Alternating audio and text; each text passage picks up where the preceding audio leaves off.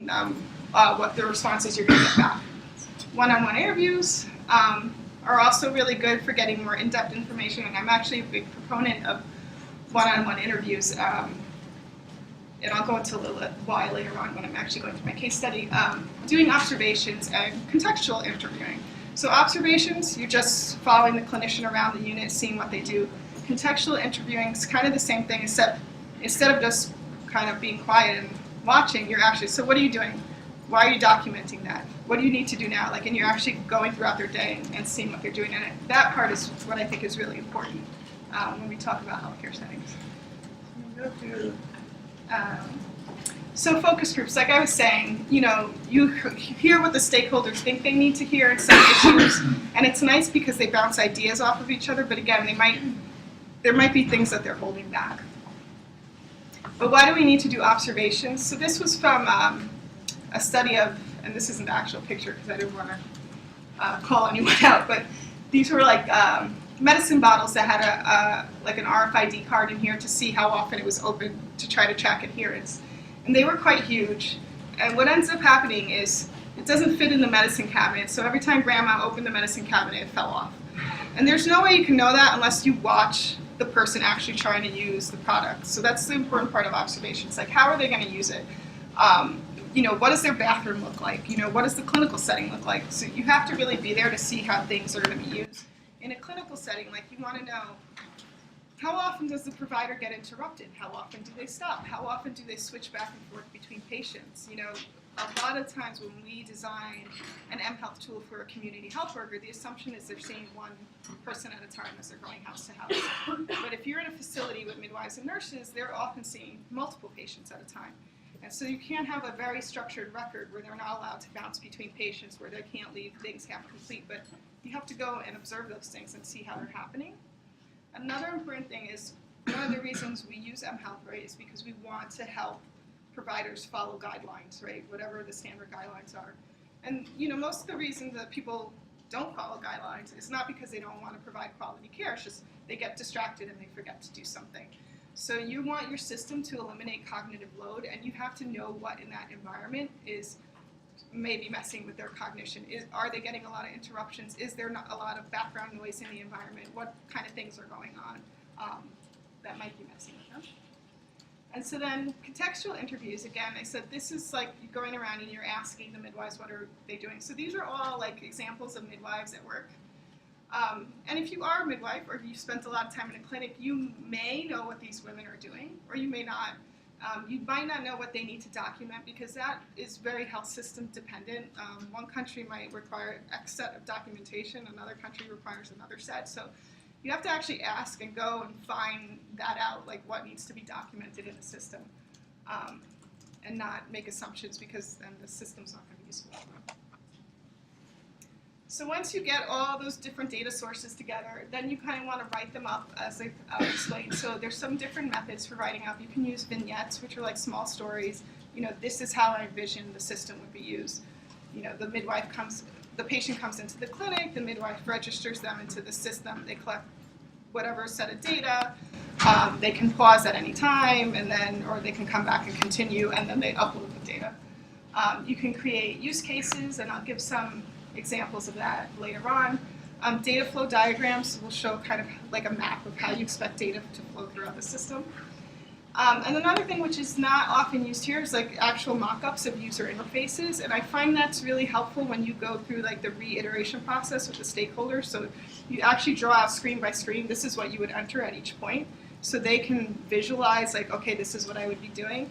And the reason I think that's really helpful is, again, you know, in the case of global health, we're talking about people who probably haven't seen an EHR, probably haven't been using an mHealth system. And so having that step-by-step helps them kind of visualize what exactly they would be doing with the system. And you'll get a lot of, well, I know. It's usually what I learned at that point. I was like, well, I'm not going to enter all that information. So really helpful. So what kind of challenge do we have? Other challenges do we have when we're doing health information systems and mHealth in low resource settings? So Peaks, who's out of the University of Manchester, said health information systems in developing countries have a 20 to 25% full failure rate, just like the system is just a total failure and they get rid of it.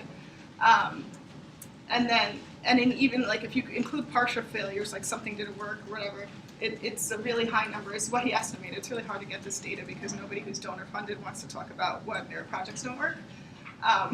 But it's not great. And so some of the causes of failure that he has mapped out, it's just a lack of equipment and infrastructure. People aren't invested in the project. But a big one was this like design, like a disconnect between what the developers were making and what the local people actually needed. So that kind of goes back to why we really need to do this in-depth requirements analysis to figure out what's going on. And so this is his design actuality gaps model. And so he kind of used this model to kind of map back why systems fail, but I like to use it to say, okay, this is what we want to happen. This is the future system. We want to put in a mobile health tool that captures all the clinical data that the midwives need to enter. And so what processes, what structure, what about the people, and what about the technology needs to be in place that's different from what's currently existing for that system to work. So like a quick example, okay, so for people to use that, they have to be really comfortable using mobile phones. They have to know how to kind of troubleshoot the phones on their own. And right now, people in the clinic have never touched a smartphone in their life. So, you have to think about how are you going to get your midwives from here to there. Same thing with like technology. I need whatever, certain kind of power infrastructure, a computer in the system that can back up the data. I need electricity. Those are all the kind of things that you have to think about. Okay, so now I'm going to talk about the actual project that I kind of designed using these methods. And the context of this is that this was part of the Millennium Villages project. I was at the site in Bonsasso. So Millennium Villages has something that they call the Millennium Global Village Network. And the idea is like this was going to be a fully kind of integrated network that had facility-based data, had community-based data, had regional level data and warehousing all into one system. It was very ambitious. And so this is kind of the dream of what it's supposed to look like. And a lot of this is actually in place. And if you're interested in learning more about it, this is primarily Andy Cantor's work, and you can look up his research online. So in the clinics, they each had an OpenMRS server. OpenMRS is an open source electronic medical record system. And that data fed up to a central server. There was some telemedicine centers within some of the countries. At the district level, we had DHIS, and we sent data up to the Ministry of Health. The data from the central servers went back to Columbia University into our warehouse and data mart for analysis. And then we had community health workers that were using Child Count Plus, which originally was an SMS system, but now uses ComCare. But when we started, the clinicians didn't really have any kind of mobile tool. They just had these computers that had OpenMRS in the clinics. And it was really hard for them to use because there was just one clinic and one computer in one office in each of the clinics. And none of them had used computers before. They didn't have any really tech support, anyone to help them with using the computers. So we decided, wouldn't it be nice if they had a mobile tool that fed data here, and maybe they can get some of the CHW data, maybe they can get some data from the telemedicine center. These are usually at the district hospitals, and have it all on that device, and maybe it's something they're a little more comfortable using. But we weren't really sure. We were trying to be open-minded. So to kind of figure out what exactly would go into a system like that, I went to Bonsasso, Ghana, which is in a very rural part of Ghana. It's a small population, 30,000. And so this is kind of a map of the area. So this is the district hospital that had the telemedicine center. This is the administrative site. And then where these H's are each of the clinical facilities. So from this administrative site to this clinical facility, which is one of the closer ones, it's like a 2-hour drive. So they're not close together. This purple is the only paved road. The rest of this is all dirt roads, and when they get flooded, they're kind of impassable. And so then at each of these clinics, they had one midwife, one community health nurse, and then maybe 2 health extension workers. And the midwives didn't do just antenatal care. They did across the spectrum. They did child health, newborn health, adult, male, whoever came in. They were the only providers in the area, so they did all types of care. So what I wanted to do is, after I did all that requirements analysis, I wanted to be able to come up with functional requirements, know what the system qualities needed to be, and have some use cases about how the system was going to be used.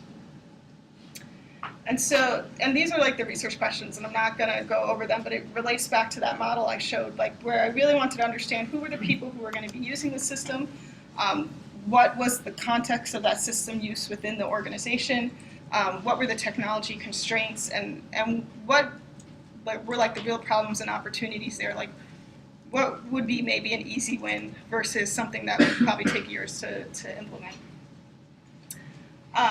So I did the observation, contextual inquiry, and then we went through some iterative design of me writing up the vignettes and the use cases and going over them with the midwives.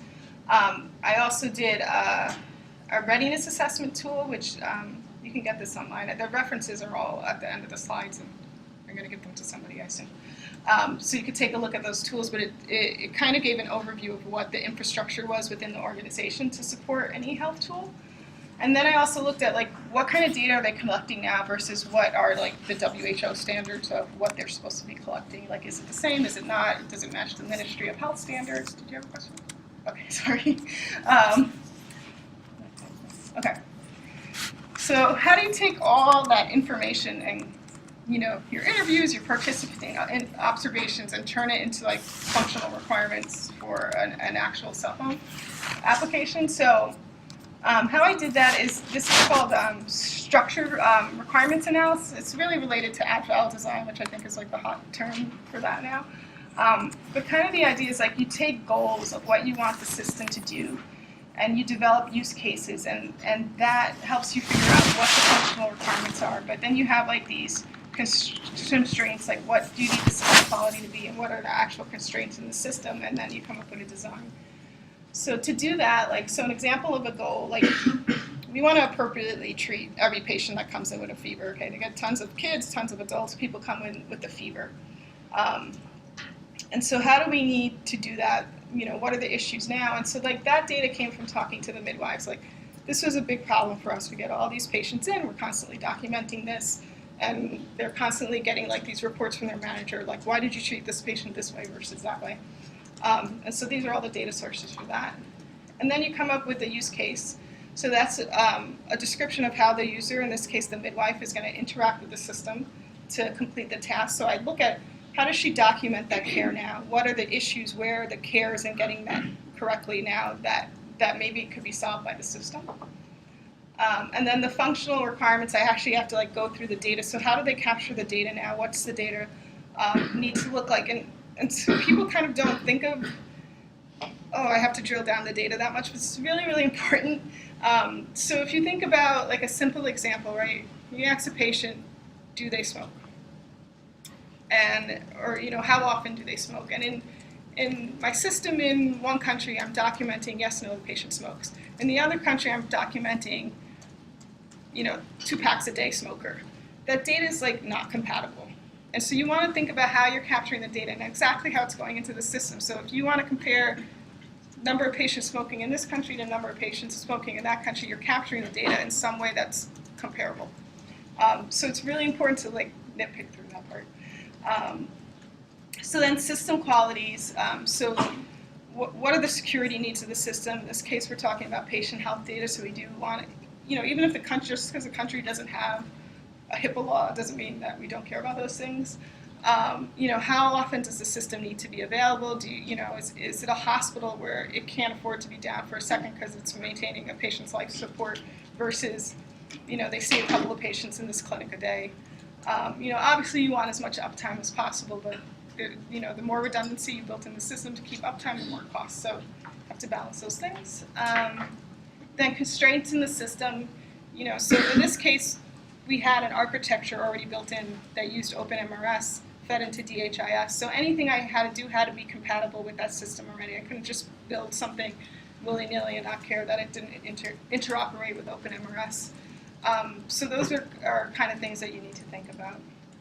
And then from that, you finally get a design, and then the slide changes. Okay, so to do all that, I went on 2 trips where I interviewed every midwife that was working at those clinics. And as you can see here, there was a wide range of experience. I had a couple of midwives with 2 years experience. They were pretty much fresh out of school. And then a few that had been out there for like 40 years. So, you know, the younger midwives were a little more comfortable with using mobile phones. The older midwives, not so much. And they were the ones who were more like, you know, every couple of years somebody comes in and talks about how they're going to make things better here, and then they don't do anything. You know, they were a little more curmudgeonly. And then these are all the staff members I kind of interviewed to fill in that information. Okay. So the results were of my people. So these midwives, I would never want to be a midwife in a developing country. They saw on average 30 patients a day. They were on call 24/7. It was not uncommon. When I went to the clinic, they had a line of 30 patients plus 3 women in labor plus somebody waiting to be transferred to the hospital because he had severe malaria and he was already on a drip. They worked really hard. So, you know, if I'm going to come in there and say, I want you to start documenting all this stuff on this, I mean, they would have thrown the cell phone at me.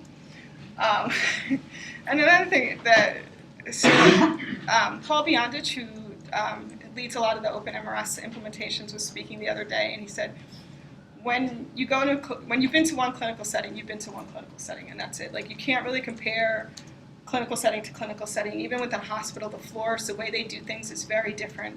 So even though I was coming in as a nurse and I had nursing experience, like, it obviously was not like, I have never been in a situation where I'm solely in charge of 40 patients at the same time.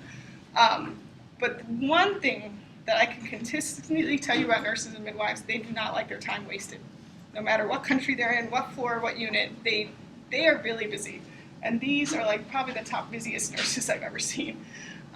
So really had to think about how this system was going to help them and not make extra work for them. And then, okay, so then they had very little administrative reports. So they were responsible for all the monthly reporting for the clinic, plus day-to-day reporting, stock management. Nobody helped them. They didn't have a secretary. The health extension workers were high school students that got assigned there for like a year and then they left. So if they bothered to train one, that person would be gone. By the time they figured out the system, they would be gone. So they really didn't have a ton of support there. And then the reports were terrible. They were so duplicative, it was unbelievable. So this is an example. I think this was most of the reports they had to fill out every month.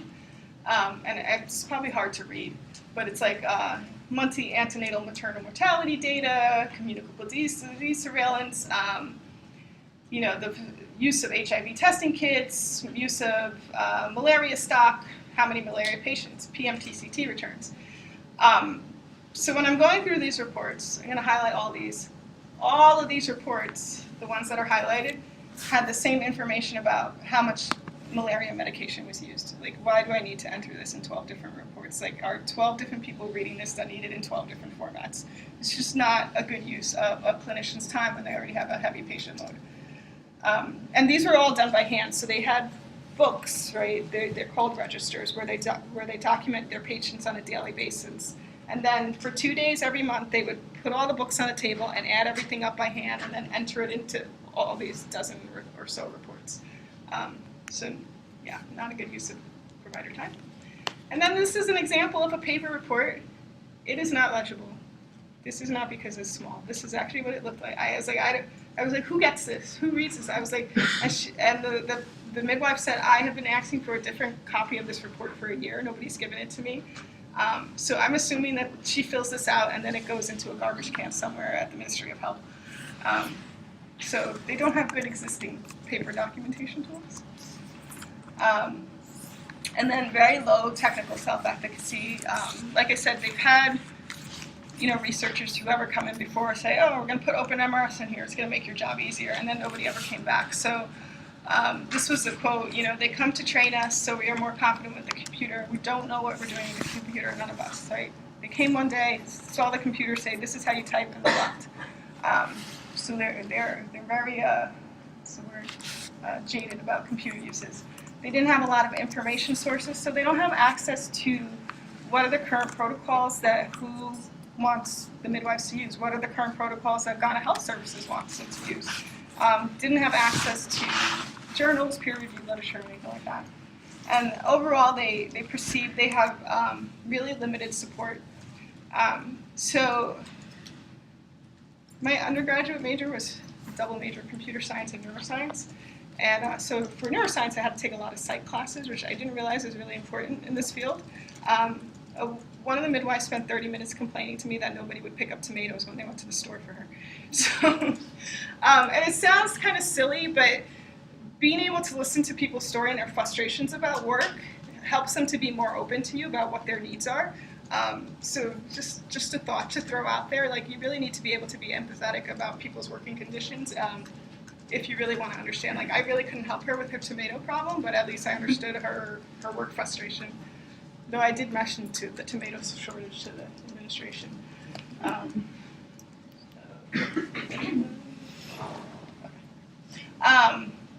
So then, how they're collecting data right now, their patient data, their clinical records, there's no way for them to search it. There's no way to go back. When a patient comes in, it's really hard for them to look at old data to see, is there a trend, what's going on. You can only really look at what's in, the patients have like a paper record they get each year. And so whatever's in there they can look at, but from years before, they don't have any of that information. Which is, really tragic for a lot of reasons, because they're so, they're going to the same provider for years and years. This is not like a very mobile population where people move in and out, and if you have that historical data, there's probably a lot you can learn about that patient. And then the other problem is, like, because of the way it's documented on paper, and so it goes, a whole month goes by, they aggregate the data into one system, then it goes to the administrative office, it gets aggregated again there, and then I'm pretty sure half of this stuff ends up in a garbage can and not anywhere useful. But it really takes a long time to notice that, there's a problem with the documentation, there's a problem going on in the clinic. So, so this is like medical records. And so how these are sorted is, if you, on January 1st, you're the third patient to come in that day, your medical record number is the year, number 1 for January, and then 3 because you're the third patient that came in. So it has no association with your record from the year before. And I mean, you really can't search that anyway. So, and then these are down here, those are the paper records that go to the patient, but the patient keeps that with them. So there's no way to go back and reference that once the patient's gone. And then down here, these are the actual registers where they enter like the day-to-day happening. And you can see this is not the neatest, most organized system. And this is one of the midwives. She's very nice lady. Oh, yeah. Okay. So this is an example of a fever register. Like I said, fever is a big problem. Fever is the main symptom of malaria. Can also indicate a lot of childhood illnesses. So they like to document every time somebody comes in with a fever, what day, what was their temperature, who the patient was, their gender, their age, how long they had the fever, what was the results of their rapid diagnostics test, the RDTs for malaria, if they had any signs or severe signs or symptoms, severe danger signs of malaria. So did they look anemic? Were they sweating profusely? Probably not. Were they in a coma because they wouldn't walk into the clinic, but there's like 7 danger signs. And then over here it says action taken, and then number 1 it says act and go home, or act and referred. So ACT, A-C-T, is artemisinin combination therapy, which is the frontline treatment for malaria. So, yes, okay, so I did highlight that. And so you should only give ACT if you have a positive malaria test, right? If you have a negative malaria test, why would you treat somebody for malaria? But if I look at this, where I have those arrows, they have a 2, which means their RDT was negative. Yet this entire column over here, every single one, it says every patient that presented with a fever was given artemisinin combination therapy. Now, if you read like malaria literature, you get all these things like, oh, the providers just assume everyone has malaria with a fever, so they treat everyone, or they want to be presumptive. You know, maybe the RDT is negative, but if they had come in the first day, it would have been positive, right? That's what people tend to think in the literature. But I was like, I didn't think the midwives thought like that. They was pretty well trained midwives. So I was like, hey, why are you treating all these patients with artemisinin combination therapy? She said, that's not what that means. It said action taken. I took an action, and then I sent the patient home. I gave her Tylenol. I rubbed down her sweat. I don't know, whatever it was. But their perception was action. So, and I'm like, you know what? You're absolutely right. Because it says action right here. So why is that not the abbreviation for action? I don't know, right? Like, so you can have as many problems with paper documentation as you can with electronic documentation. This was 6 months of data, where it looks like every patient that came in for 6 months with a fever was treated for artemisinin combination therapy. So not good. Doesn't look good when you have to report to your donor how you're using your anti-malarial. So of course, you could check it against the stock reports, but my guess is the stock report data is not much better. So then some other results, so looking at the organization, what kind of technical support do they have if you want to implement a system? Okay, they only have 2 full-time staff members. And if we went back to that map that I showed you earlier, it takes 2 to 3 hours to get to any one of these clinics. So it's really hard to provide tech support to people who may need hands-on support, a lot of hands-on support, with only 2 people and such a problem driving around. Plus, our organization only had 2 trucks. And the primary role of the trucks was to transport patients in emergency and to transport supplies. You know, it's not to give the midwife tech support on her phone. And there really wasn't a lot of infrastructure to do remote support. So, because when I tell people this, well, you could just use Skype. And I'm like, no, you can't use Skype because there's not enough bandwidth to do a Skype call in this area, which was actually interesting. So Millennium Villages project, one of the things they did is they negotiated with Ericsson to get the cell phone towers put up in this particular area of Ghana. They had none before the project started. So on the very first trip when I went there, I could Skype home, you know, it worked really well. But of course, like as soon as the towers went in, everybody's like, we're all getting cell phones. So by the time I went on the second trip, which was like 9 months later, couldn't get on Skype, could barely make phone calls because just the demand for cell phones just way exceeded what the infrastructure was. So then also power supplies. So these clinics all worked on solar power. So solar power, you know, if you're charging, I don't know if anybody has experience charging a phone from solar power, it takes a long time. It's not like you don't get the same amperage that you do, you know, with a regular electrical outlet. So that can be really slow.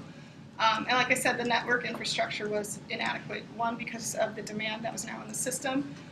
2 of the clinics just didn't get enough of a signal. You had to stand outside to upload, so there was no way to have a constant connection. And then, again, because of this huge demand that was placed on the system, there was a lot of network outages. So what did we want to do? We're like, let's just start simple. So our goal is you can register patients in the system, you can look them up, and we wanted to capture the malaria data since that was the bulk of their reporting issues on the bulk of the patients that they see. And then secondarily thought, well, maybe we'll do vaccinations and PMN TCT. Now I want to say originally when I was asked to be on this project, I was like, oh, this is great. I'm going to create a whole ANC record that's going to be on the phone. They're going to be able to track all their patients and know where they are. Because I was idealistic and I hadn't been to Ghana before and I didn't know what it was like. So this is way scaled down from the imaginary world of where I thought they were ready to be. So obviously I had already learned a lot by this point. And it was really funny with it because when I first went with like these nice sketches of what the ANC system would look like, I remember all the midwives were like, who is going to enter all that data? I'm not doing that much typing. I would never look at that data again, so why would I even want to enter it in the first place?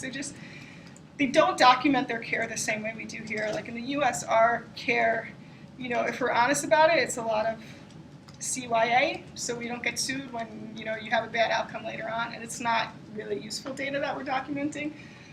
They really only want to document the data they need to follow with the patient care, which is, I think, fine.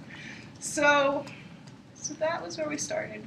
And then the system qualities we had to think about were, so accuracy was a big deal, right? Because as you can see, we had a big problem with data accuracy, so we wanted to improve that.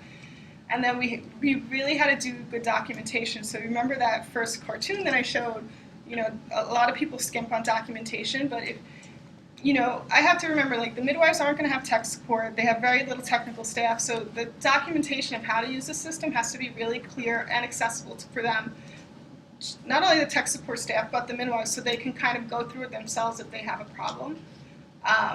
Then interoperability, like how to work with OpenMRS, had to be easy to learn. So the main issue with the midwives was like, I don't feel comfortable using a computer, I don't feel comfortable using the phone, I know nobody's going to come back to help me, so I had to sell them that this was going to be so easy for them that I could come and I could show them a couple of times and they would feel comfortable and they would be able to use it. So again, I'm going for the easy win. I want to buy them into the system, and then, maybe once they start entering all their malaria patients and they see, okay, now I don't have to fill out these 13 reports every month, I can come back and say, let's do this more complicated thing going forward. And then, of course, security was a big issue. So I mentioned they had computers in the clinic. People in town would come in and use the computers like it was like the library. So, we really had to think about how we were going to keep that secure, especially like with antenatal patients, because you do HIV testing on all the patients, and you want people to have privacy because that causes a lot of stigma, especially in a small community. So these little boxes just show like all the different data sources for that different information. So, and that's why I want to emphasize it's important to triangulate and try to get data from all those different sources, because if I had done just the focus groups, I wouldn't have found out all the rest of that information. So then we used Open Data Kit, which I think a lot of people are familiar with. It's what ComCare is built off of. A lot of systems are built off of how to work with OpenMRS. We had to keep costs down. We had contract requirements for development. This was funded through a Coded in Country project, so I had hired developers from an African country to do the work, which made it a little more complicated because I'm in New York, the project's in Ghana, and my developers were in Kenya. And then the big emphasis from the midwives is they didn't want to do a lot of text entry. They wanted radio buttons, they wanted drop-down screens, but if they didn't want to have to type a lot of stuff. So I had to think about how could we capture the data and meet the data requirements we need without having to do a lot of text entry. And so this is an example of a use case, so not the vignette kind of use case that I see a lot of people throw around, but the actual, like, who's the actor in this case? The midwives, what are the preconditions, like what's happening before you start using the system, what would be successful use of the system, and so this is for the fever register, and it says, the midwife selects the patient from the list, it verifies the patient's demographics, she enters the following items, the encounter date, the temperature, the fever, the RDT results, what the danger signs were, so every single data component, and then she uploads it to OpenMRS. And then some extensions, does demographic data need to be changed? There's no network connection. So that's actually how you fill out like a use case for a developer versus a use case for a donor. And then functional requirements, again, I talked about how the data needs to be formatted to be compatible with the system. As part of the Millennium Builders projects, we use something called Open Concept Lab, which is a data dictionary standard so that it can make different systems interoperate. And it's actually really nice because most of the time when you think of standards, you think like SNOMED or something like that, and they cost a lot of money to use, but OCL is actually, it's an open source data standard. And so I apologize because I meant to update the screenshots, but I have it on my phone if anybody really wants to look at it, because this just looks like standard MVP. But basically, they could just slide, so here's rapid test for malaria, and they have 3 buttons, positive, negative, indeterminate. And they click that, they swipe, and they go to the next screen. It's really simple to use. When I went back on the second trip, we did like time tests. So I showed them how to use it. They did it once, then they did it again. So by the second try, they were all able to enter one patient's information in under a minute. So they were really happy with that. And then kind of the current status of the project. In another talk, I could talk about the challenges of coded in country design. The development took way longer than we expected, so We ran out of money before we could implement. But the usability testing itself was just two weeks trips. It was short in a condensed amount of time, so it doesn't cost a lot of money, doesn't take a lot of time, but the data was really useful. And what I personally found validating is another to be unnamed project that was taking place in Ghana doing similar kind of application. They came and presented their work, and they were like, we ran into this problem, we ran into this problem, we ran into this problem. And I was like, oh, well, if you had done all this usability testing, you wouldn't have had those problems. So they found out midwives didn't want to do text entry after they deployed their system. And then that costs a lot of money to do the redesign, whereas like the 4 weeks that I spent doing the testing probably could have saved them $50,000 in development time that I could have used to implement my project. So that's where that is. So, and then these are all the nice people who funded this work. And I think that's about it. I think I'm almost out of time too. So if anybody has any questions, I can answer them now. And I didn't put my email address up here, but maybe Lauren has it. We can post it somewhere. And that's it. So.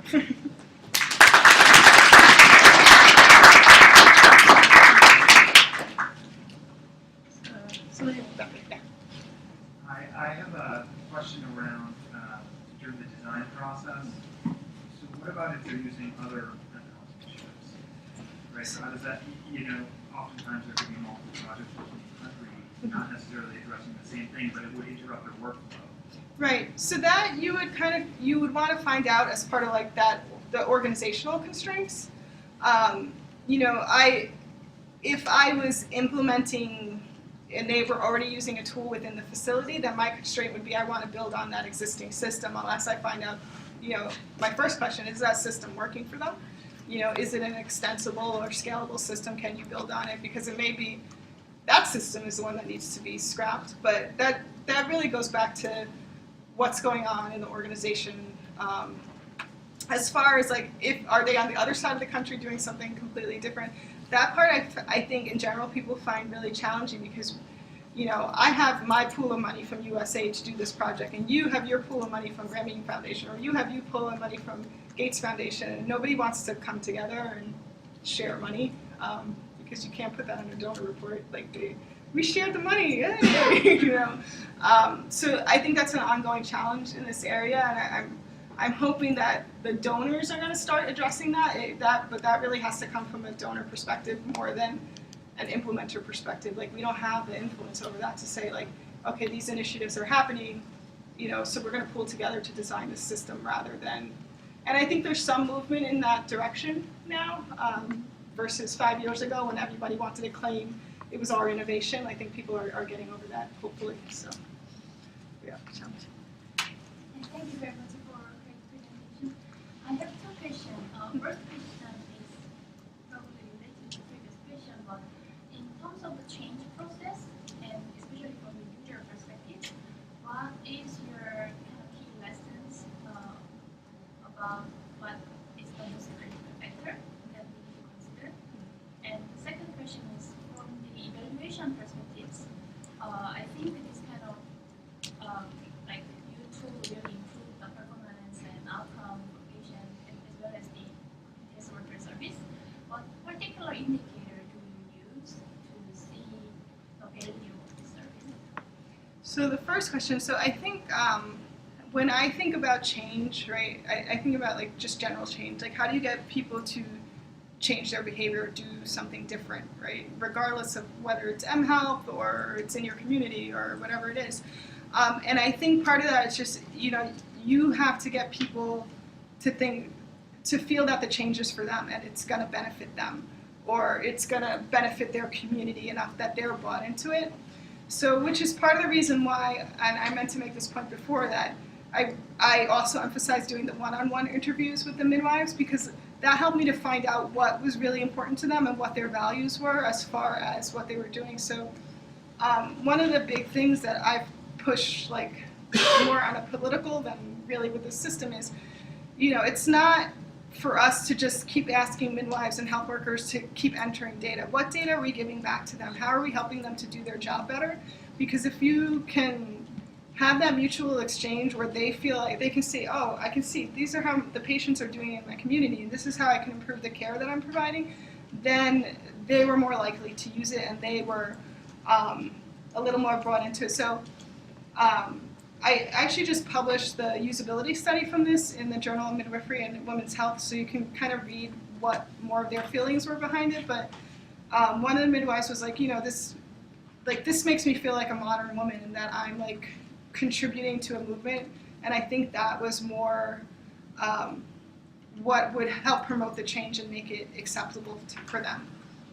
As far as indicators are concerned, to me, in this kind of setting, I think it's really hard to look at health outcomes. It makes more sense to look at process indicators. So what I would have looked at this place, like, did we improve the accuracy of data collection, which would have been really easy in this case since the accuracy was so bad. I could have said, okay, we actually know when they're giving artemisinin combination therapy, so that kind of almost would have been too easy. But did we cut down on the time that they spend reporting and doing reporting requirements? I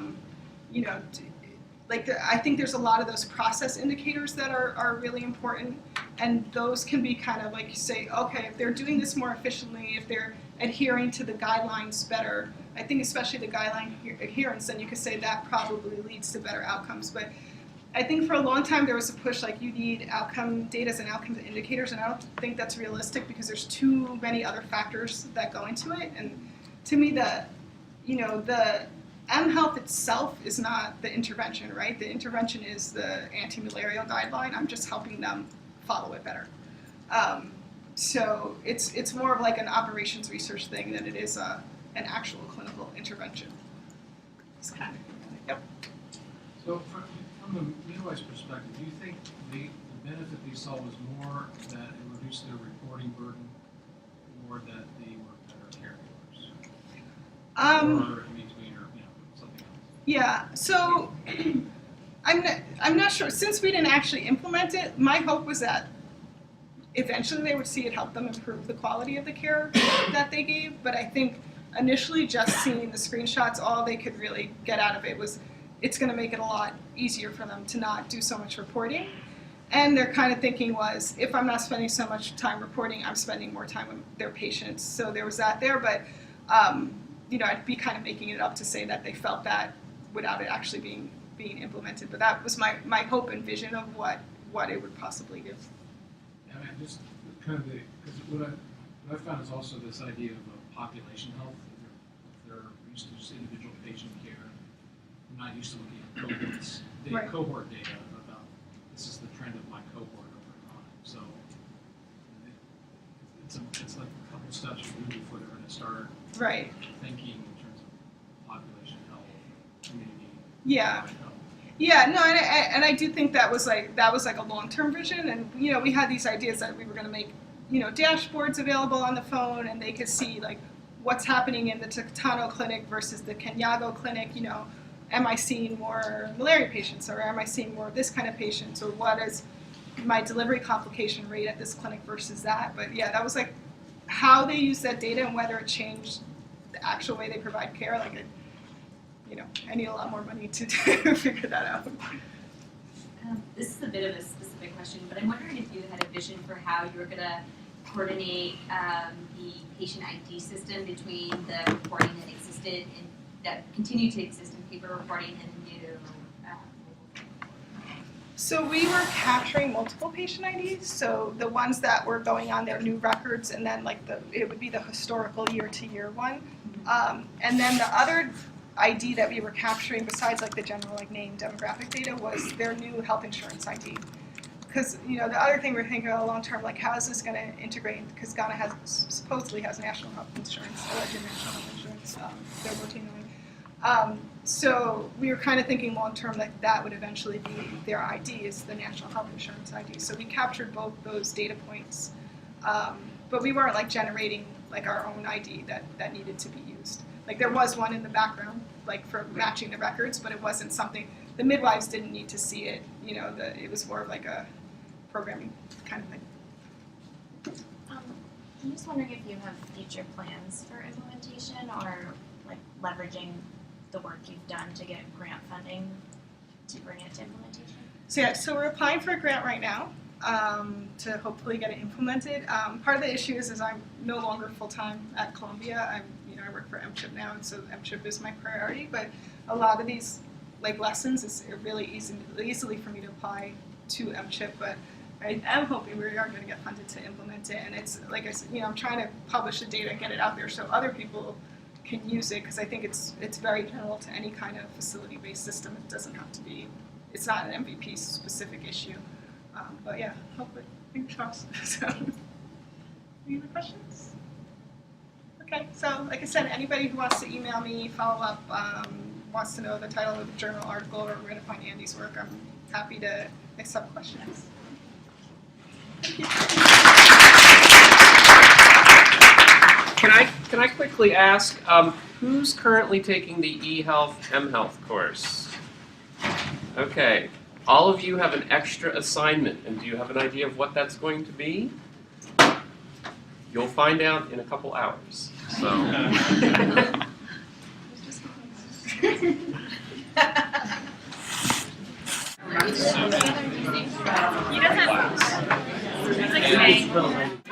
Have a good day, guys.